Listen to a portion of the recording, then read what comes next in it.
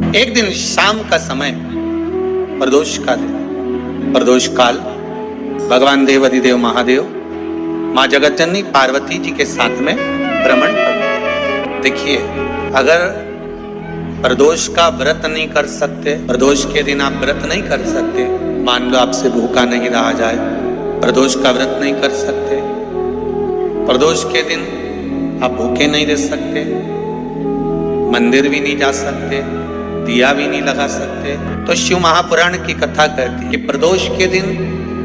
प्रदोष काल में अपने ही दरवाजे के पास देवाधिदेव महादेव का स्मरण कर लक्ष्मी की वृद्धि के, कार्य सिद्धि के,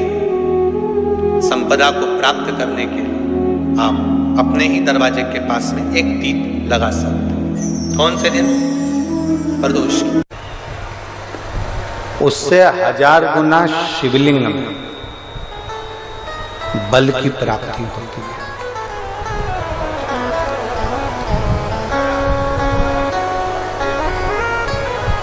प्रदोष के दिन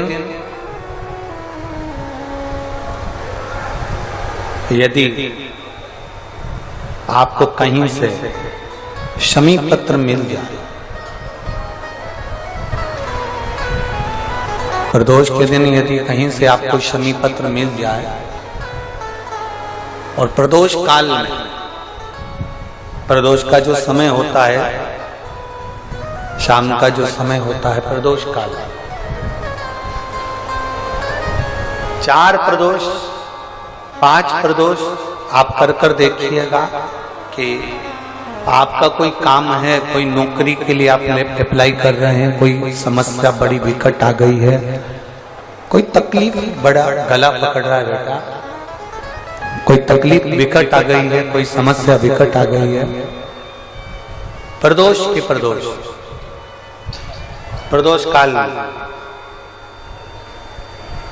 अगर एक शमी पत्र भी आप घर के शिवलिंग को, अब ये करने के लिए आपको मंदिर के शिवलिंग नहीं जाना, अपने घर में जो शिवलिंग, चाहे वो स्फटिक का हो, पारद का हो, कंकर शंकर का हो, लकड़ी का हो, जो शिवलिंग तुम्हारे घर में, कांच का हो, चाहे वो नर्मदा के कंकर का हो, नर्मदेश्वर हो, पाषाण का हो, जो शिवलिंग, चांदी का हो, सोने का हो, तांबे का हो, पीतल का हो, जो शिवलिंग तुम्हारे,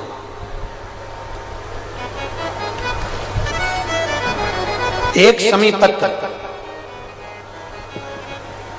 यदि आप भगवान शंकर के शिवलिंग पर समर्पित कर रहे हो और उस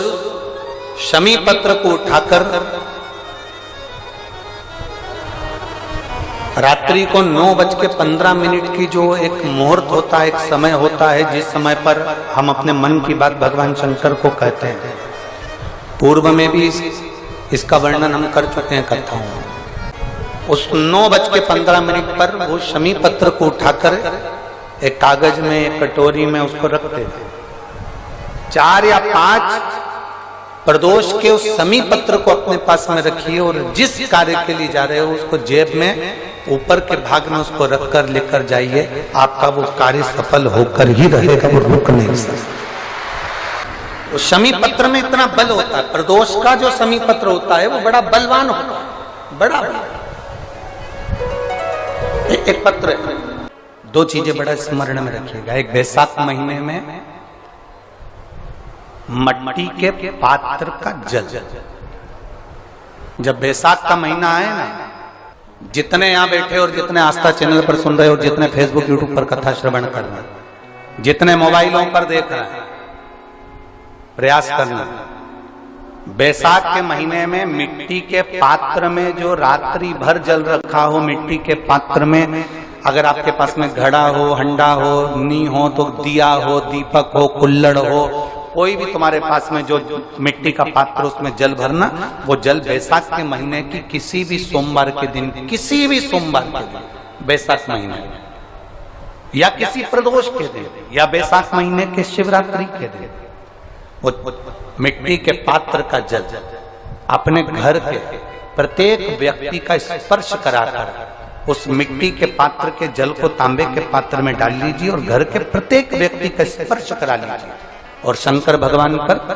कुंदकेश्वर महादेव के नाम से समर्पित करिए। कुंदकेश्वर महादेव। कभी जीवन में पीछे पलट कर देखने की जरूरत नहीं पड़ेगी, आप उन्नति की सीढ़ी की ओर बढ़ते चले जाओ। किसी भी प्रदोष के दिन, प्रदोष काल में एक बार लगा दे, उसके बाद में अपनी कामना कर कर बेलपत्री एक छोटा सा उपाय अवश्य करिएगा। अगर बच्चे कोई एग्जाम में बैठ रहे हैं या कंपटीशन एग्जाम है या नौकरी के लिए अप्लाई कर रहे हो, मान लो 4-6 महीने से बैठे हो, 8 महीने से बैठे हो, सर्विस नहीं है, नौकरी नहीं है, तो एक छोटा सा उपाय अवश्य करिएगा शिव महापुराण का। महाराज बेलपत्री के पेड़ के नीचे विराजमान होकर, बेलपत्री के पेड़ के नीचे जिसको नौकरी के लिए या एग्जाम में बैठ रहा है वो जल चढ़ाए,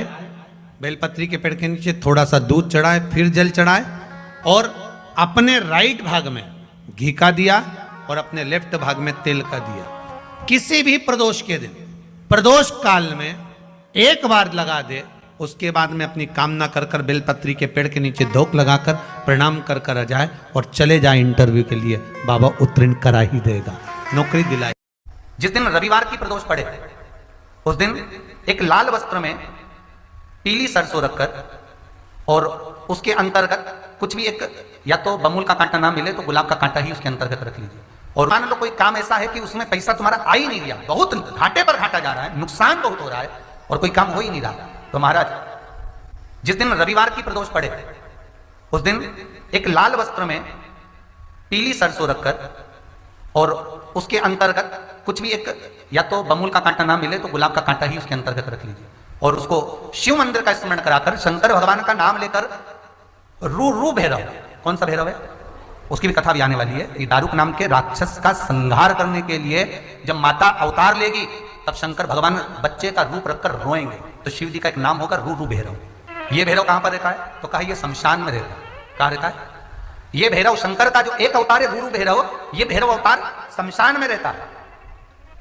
तो इस भैरव का काम क्या है, तो कहा शमशान में, शमशान की जो अग्नि होती है भले की ली लकड़ी रहे, भले उसमें कोई पदार्थ डाले ना डाले, थोड़ी देर में वो अग्नि रू आवाज, हल्की सी शमशान की जो अग्नि जलती है उसमें एक आवाज आती है। आप ऐसे कोई अग्नि जलाएंगे ना तो आवाज नहीं आई, ध्यान देना। हमारे शमशान में अगर जो लोग गए होंगे मुर्दा जलाने के लिए, तो अगर वो एकांत में बैठेंगे तो उसमें से एक आवाज आती है रू रू रू। तो शिव पुराण कह रही है कि उस सरसों को, कांटे को रूरू भैरव का नाम लेकर जिस व्यापार जो नहीं चल रहा है, दुकान जो नहीं चल रही है, उस दुकान के सामने, उस व्यापार के सम्मुख में उसको जला दिया जाता है। ये करा जाता है रवि प्रदोष के लिए। महाराज कौन से प्रदोष? रवि प्रदोष के, जो सुख का भान कराती है, व्यापार की उन्नति के लिए, समृद्धि के लिए, लक्ष्मी के लिए इसका प्रयोग किया जाता है। तो यहाँ पर दारुक नाम का जो असुर है, दारुक नाम का जो राक्षस है, उसका एक ही कहना है कि मैं मरूं, मना नहीं है ब्रह्मदेव पर, वो मरने का। नंदी का एक पांव जो ऊपर होता है, आप लोग दर्शन करे होंगे शंकर जी के मंदिर में नंदी के, तो नंदी का एक पांव उठा हुआ होता है, एक पांव नीचा की ओर होता है। हड्डी से जुड़ा हुआ रोग, नेत्रों से जुड़ा हुआ, मस्तिष्क से जुड़ा हुआ कोई रोग रहता है तो एक नीले कलर का फूल आता है महाराज, उस फूल में हल्दी डालकर गुरुवार का प्रदोष पड़ने पर जो नंदी के पांव के पास समर्पित कर देता है महाराज, उसका रोग धीरे धीरे समाप्त होने लगता है। लिंग पुराण कहती है कि नंदीश्वर भगवान के सामने जो पुष्प समर्पित करा जाता है उसको, ये तो लिखा था स्कंद पुराण और शिव पुराण, लिंग पुराण कहती है जो फूल आपने समर्पित करा उसको लाकर पानी की बाल्टी में डालकर आप स्नान भी कर सकते हो, उससे भी हड्डी के जितने रोग होते हैं उसमें आराम लगने लगता है। जैसे कहीं शरीर नहीं चल रहा, हाथ झुन्न पड़ रहा है, हाथ काम नहीं कर रहा, हाथ में झुंझुनी आ रही है, कंपन आ रहा है, जैसे मान लो कोई काम, चाहे वो शनिचरी प्रदोष हो, चाहे रविवार की हो, सोमवार की हो, मंगल की हो, बुधवार की हो, गुरुवार की हो, शुक्रवार की हो, शनिवार की हो, कोई भी वार की हो, प्रदोष, प्रदोष काल में शाम का समय सूर्य डूब रहा हो, बस डूबा ही हो, और उस समय पर केवल 3 दिन ऐसे रहेंगे, 3 बार ऐसे रहेंगे, 3 तिथियां ऐसी रहेंगी, 3 समय ऐसा रहेगा जिस समय पर तेरे द्वारा निर्मित शूल को भी शिव धारण करेगा और जगत का कल्याण करेगा। 3 दिन, 3 तिथियां, 3 बार, 3 नक्षत्र, 3 घड़ी, 3 पल।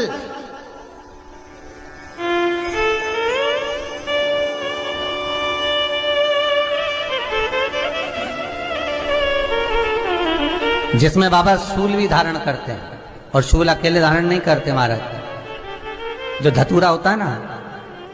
दर्शन करें धतूरे के, कांटे कांटे सा होता है धतूरा, तो वो धतूरे के साथ में बाबा शूल धारण करते हैं, बेलपत्री के शूल को। ये बहुत बहुत आनंदमय कथा है महाराज जी। जिसके जीवन में हमेशा कांटे ही मिले हैं।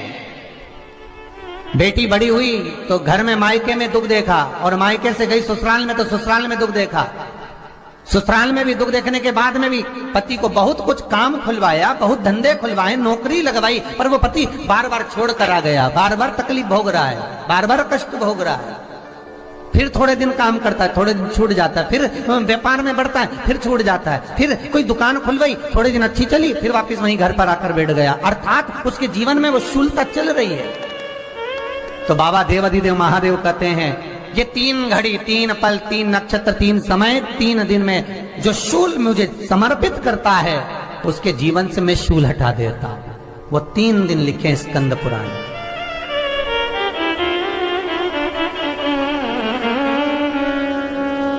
महाराज, बैसाख महीने में जो प्रदोष आती है, बैसाख के महीने में बहुत ध्यान से सुनना भाई, जो अपनी जिंदगी से बहुत तंग आ गए हो, परेशान हो गए हो, कष्टमय जीवन जी रहे हो, बहुत दुखी हो गए हो, उनके लिए ये स्कंद पुराण का चरित्र फिर मिले ना मिले, आप प्रेम से सुन लो भाव से। पहला, बैसाख महीने की प्रदोष, चाहे वो शनिचरी प्रदोष हो, चाहे रविवार की हो, सोमवार की हो, मंगल की हो, बुधवार की हो, गुरुवार की हो, शुक्रवार की हो, शनिवार की हो, कोई भी वार की हो, पर बैसाख महीने की प्रदोष, प्रदोष काल में शाम का समय सूर्य डूब रहा हो, बस डूबा ही हो, और उस समय पर सूर्य के डूबन के तुरंत बाद बाबा को धतूरे के साथ में बेलपत्री ना चढ़ाते हुए बेलपत्री के वृक्ष के 7 कांटे बाबा के शिवलिंग पर समर्पित करे जाते हैं महाराज, अपनी जिंदगी में अड़चनों को हटाने के लिए। फिर आप जिस व्यापार में उतरे, जिस व्यवसाय में उतरे, जिस नौकरी में उतरे, आप दिल से करें, आपको तरक्की मिलेगी। आप हार नहीं सकते, नीचे नहीं आ सकते, उन्नति पर ही चढ़ेंगे। एक वैशाख मास की प्रदोष। दूसरा, शिवरात्रि के दिन मध्याह्न का समय महाराज, जो बड़ी शिवरात्रि होती है माघ की, बड़ी शिवरात्रि के अंतर्गत मध्याह्न का समय, दोपहर के ठीक 12 बजे, चाहे फिर वो कोई भी दिन हो महाराज, शिवरात्रि जिस दिन पड़ रही हो,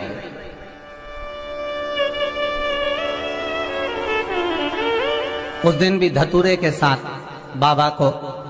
7 कांटे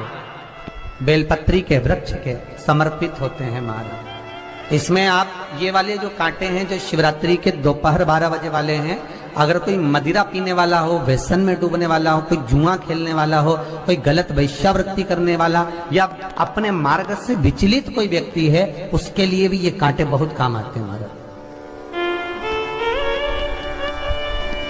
दूसरा, पार्वती, तेरे द्वारा तेरे नयन अश्रु से जो प्रगटा हुआ बेल का वृक्ष है, द्वितीय शूल मैं वहां धारण करता हूं, तृतीय शूल, तीसरा शूल जो वर्णन करा गया महाराज। भगवान श्रावण के महीने में, श्रावण के महीने में जो भी दूसरा सोमवार पड़े, जो भी पड़े, श्रावण के महीने का दूसरा सोमवार, आप सबको पहले भी श्रावण के महीने में जो कथा कही उसका व्याख्यान वर्णन करा कि श्रावण का महीने का महत्व क्या है, वो भी आपको ऑनलाइन कथा में आप लोग सुन चुके हैं, लाइव कथा में श्रावण का पूरा महत्व बताया था कि श्रावण के महीने में शंकर भगवान को पूरा लेखा जोखा का भार प्रदान किया गया था। दूसरा सोमवार, श्रावण के महीने का जो दूसरा सोमवार होता है, उस दूसरे सोमवार में रात्रि के समय पर, अर्थात शास्त्र अब घड़ी और पल का स्मरण करेंगे तो रात्रि के बजेंगे 10 से 12 बजे महाराज, 10 से 12 के बीच में धतूरे के साथ बाबा को शूल समर्पित होता है महाराज। ये भी हमारी बाधाओं को, हमारी तकलीफों को, व्यापार व्यवसाय के लिए, नौकरी सर्विस के लिए, बहुत सारे एग्जाम में आप बैठ लिए, गवर्नमेंट एग्जाम के लिए बैठ लिए, नहीं हो रहा, ये 3 बार मेरे शंकर को बेलपत्री के वृक्ष के शूल समर्पित होते हैं, उसका आनंद पाना। मेरी जीजियों, 2 चीजें बड़ा स्मरण में रखिएगा। एक बैसाख महीने में मट्टी के पात्र का जल, अभी अभी क्या चल रहा है, फागुन, अभी क्या चल रहा है, फागुन। जब बैसाख का महीना आए ना,